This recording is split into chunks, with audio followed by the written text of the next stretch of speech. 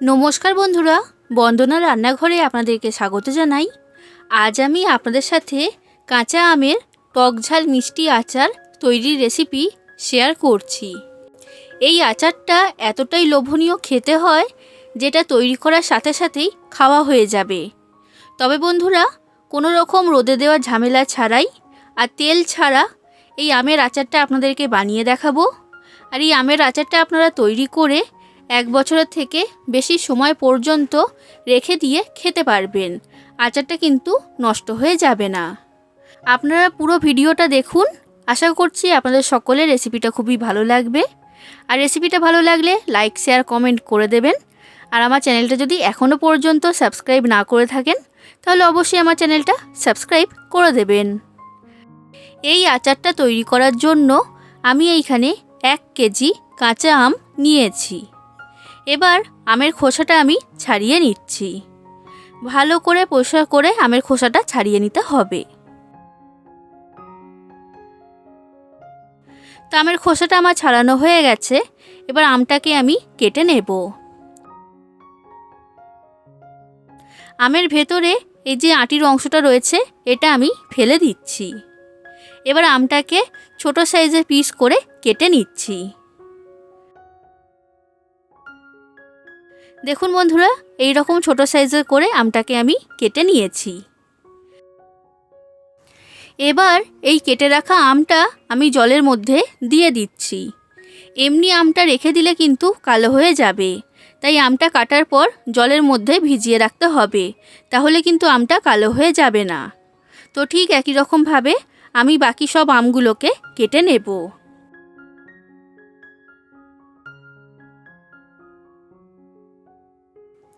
দেখুন বন্ধুরা, সব আমগুলো কাটা হয়ে গেছে। আর আমটাকে আমি জলে ভিজিয়ে রেখে দিয়েছি। এবার আমগুলোকে একটা ঝুড়ির মধ্যে তুলে নিচ্ছি। আর জলটাকে ভালো করে আমের মধ্যে থেকে ঝরিয়ে নিতে হবে। জল থাকলে কিন্তু এখানে হবে না, এটা আপনারা খেয়াল রাখবেন। তো সব আমগুলোকে আমি ঝুড়ির মধ্যে নিয়ে নিয়েছি। এখন এইভাবেই আমি 10 থেকে 15 মিনিট রেখে দেব জলটা ঝরে যাওয়ার জন্য। যতক্ষণে আমের মধ্যে থেকে জলটা ঝরছে, এই সময়ের মধ্যে আমি আমের আচারের জন্য ভাজা মশলাটা তৈরি করে নেব। তার জন্য গ্যাসের মধ্যে একটা কড়া গরম হতে বসিয়ে দিয়েছিলাম। এবার কড়ার মধ্যে দিয়ে দিচ্ছি 2 চামচ 5 ফোড়ন। এরপর দিচ্ছি 1 চামচ গোটা জিরে। আর এরপর দিয়ে দিচ্ছি 1/2 চামচ গোটা গোলমরিচ। এবার এই সব কিছুকে লো ফ্লেমে রেখে ভেজে নেব। আর এইভাবে নাড়াচাড়া করতে হবে, না হলে কিন্তু এই মশলাগুলো পুড়ে যাবে। যখন দেখবেন মশলার মধ্যে থেকে সুন্দর গন্ধ বের হচ্ছে, তখনই বুঝতে হবে যে মশলাগুলো ভাজা হয়ে গেছে। দেখুন বন্ধুরা, এই মশলাগুলো আমার ভাজা হয়ে গেছে। এর মধ্যে থেকে খুব সুন্দর গন্ধ বের হচ্ছে। এর থেকে বেশি লাল করব না। এবার মশলাগুলোকে আমি কড়ার মধ্যে থেকে তুলে নিচ্ছি। তো সব মশলাগুলো আমি তুলে নিয়েছি। এবার কড়ার মধ্যে দিয়ে দিচ্ছি 7 থেকে 8টা শুকনো লঙ্কা। আর শুকনো লঙ্কাটা এখানে বেশি করে দিতে হবে, এতেই কিন্তু ঝালটা হবে। এবার শুকনো লঙ্কাটাকে লো ফ্লেমে রেখে ভেজে নিচ্ছি। আর শুকনো লঙ্কা সবসময় আলাদা করেই ভাজবেন, তাহলে দেখবেন খুব ভালো মতো শুকনো লঙ্কাটা ভাজা হবে। তো এইভাবে নাড়াচাড়া করে লঙ্কাটাকে ভেজে নিয়েছি। এবার শুকনো লঙ্কাটাকে কড়ার মধ্যে থেকে আমি তুলে নিলাম। তো আমার এখানে সব মশলাগুলো ভাজা হয়ে গেছে। এবার এই ভাজা মশলাটা আমি গুঁড়ো করে নেব। তার জন্য নিয়েছি মিক্সি জার। এবার মিক্সি জারের মধ্যে ভাজা মশলাটা আমি দিয়ে দিলাম। এবার এই মশলাটাকে আধ ভাঙা করে গুঁড়ো করতে হবে, একদম মিহি করে গুঁড়ো করলে কিন্তু হবে না। দেখুন বন্ধুরা, ভাজা মশলাটা গুঁড়ো করা হয়ে গেছে। আধ ভাঙা করে মশলাটাকে গুঁড়ো করে নিয়েছি। আশা করি দেখে বুঝতেই পারছেন। তো এখন এই ভাজা মশলাটা আমার তৈরি, এটা আমি সরিয়ে রাখছি। এরপর দেখুন বন্ধুরা, আমের মধ্যে থেকে জলটা ভালোভাবে ঝরে গেছে। আর দেখতেই পাচ্ছেন কতটা পরিমাণ জল আমের মধ্যে থেকে বের হয়েছে। এই জলটা কোনো কাজে লাগবে না, এটা আমি ফেলে দিচ্ছি। এবার এই আমগুলোর আমি পেস্ট তৈরি করে নেব। তার জন্য নিয়েছি মিক্সি জার। এবার মিক্সি জারের মধ্যে আমগুলো দিয়ে দিচ্ছি। তো সব আম আমি এখানে দিয়ে দিয়েছি। এবার আমের পেস্ট তৈরি করে নেব। আর এখানে আমের পেস্ট তৈরি করার সময় কিন্তু জল ব্যবহার করলে হবে না, জল ছাড়াই পেস্টটা তৈরি হয়ে যাবে। তো একদম মিহি করে আমের পেস্টটাকে আমি তৈরি করে নিয়েছি।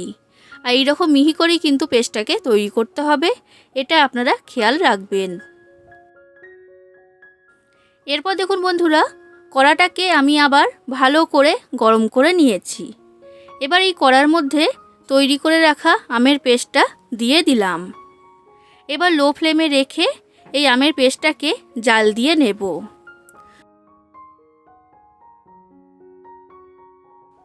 তো 5 থেকে 6 মিনিট এটাকে আমি জাল দিয়ে নিয়েছি। এবার আমি কড়ার মধ্যে দিয়ে দিচ্ছি 1 কাপ চিনি। এখানে আমি টক ঝাল মিষ্টি আমের আচার তৈরি করছি, তাই 1 কাপ চিনির পরিমাণটা এখানে যথেষ্ট।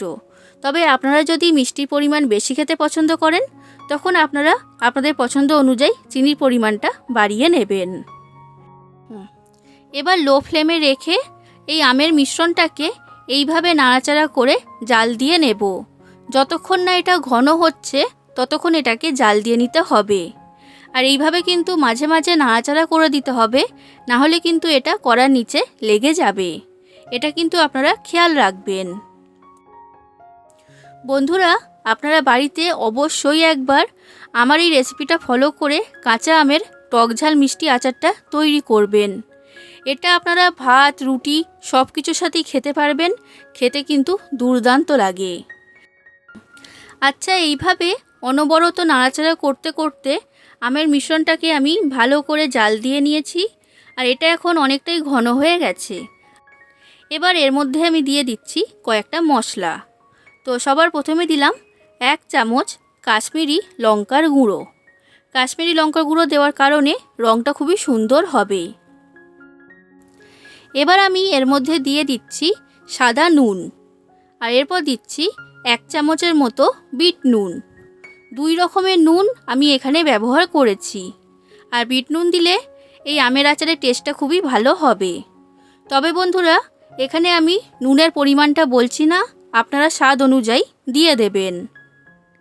এরপর দিচ্ছি 1.5 চামচ চাট মশলা। আর এরপর দিয়ে দিচ্ছি তৈরি করে রাখা ভাজা মশলা। তো সব ভাজা মশলা আমি এর মধ্যে দিয়ে দিলাম। এবার এই সব মশলাগুলোকে আমি আমের সাথে ভালো করে মিশিয়ে নিচ্ছি।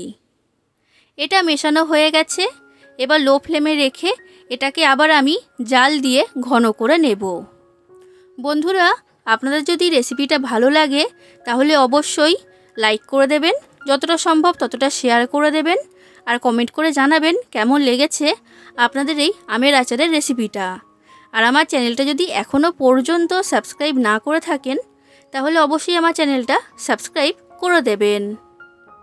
তো দেখুন বন্ধুরা, এটাকে আমি খুব ভালো করে জাল দিয়ে নিয়েছি। আর দেখতেই পাচ্ছেন এটা এখন অনেকটাই ঘন হয়ে গেছে। এবার এর মধ্যে আমি দিয়ে দিচ্ছি কাসুন্দি। বড় চামচের 1 চামচ কাসুন্দি এর মধ্যে দিয়ে দিলাম। কাসুন্দি দেওয়ার কারণে এই টক ঝাল মিষ্টি আমের আচারের টেস্টটা খুবই ভালো হবে। তো সেই কারণে আমি এখানে কাসুন্দি ব্যবহার করেছি। এবার দেখুন বন্ধুরা, আমের আচারটা 1 বছরের থেকে বেশি সংরক্ষণ করে রাখার জন্য আমি এর মধ্যে দিয়ে দিচ্ছি 4 চামচ ভিনিগার। ভিনিগারই কিন্তু আমের আচারটাকে নষ্ট হতে দেবে না, অনেক দিন পর্যন্ত স্টোর করে রাখতে সাহায্য করবে। তো এবার ভিনিগারটাকে দিয়েও আমি ভালো করে মিশিয়ে নিচ্ছি। আর লো ফ্লেমে রেখে আরও 5 থেকে 10 মিনিট এটাকে জাল দিয়ে ঘন করে নেব। আর এখানে কিন্তু আমের আচারটা একটু ঘন করেই তৈরি করতে হবে। দেখুন বন্ধুরা, প্রায় 7 থেকে 8 মিনিট এটাকে জাল দিয়ে নিয়েছি। আমের আচারটা আমার এখন তৈরি হয়ে গেছে। এর থেকে বেশি ঘন করব না, গ্যাসের ফ্লেমটা আমি বন্ধ করে দিলাম। তৈরি হয়ে গেল টক ঝাল মিষ্টি আমের আচার। এবার আমের আচারটা সম্পূর্ণ ঠান্ডা হয়ে যাক, তারপর আমি আপনাদেরকে দেখাবো। দেখুন বন্ধুরা, আমের আচারটা সম্পূর্ণ ঠান্ডা হয়ে গেছে। এবার এই আমের আচারটাকে আমি একটা কাঁচের বয়ামের মধ্যে ভরে রেখে দিচ্ছি। আর এয়ারটাইট কন্টেনারেই ভরে রাখবেন, তাহলে দেখবেন আচারটা অনেক দিন পর্যন্ত ভালো থাকবে, নষ্ট হয়ে যাবে না। তাহলে বন্ধুরা, আপনারা বাড়িতে এইভাবে রোদে দেওয়া ঝামেলা ছাড়া আর তেল ছাড়া টক ঝাল মিষ্টি আমের আচার তৈরি করবেন। আর কেমন লেগেছে সেটা কমেন্ট করে আমাকে জানাবেন।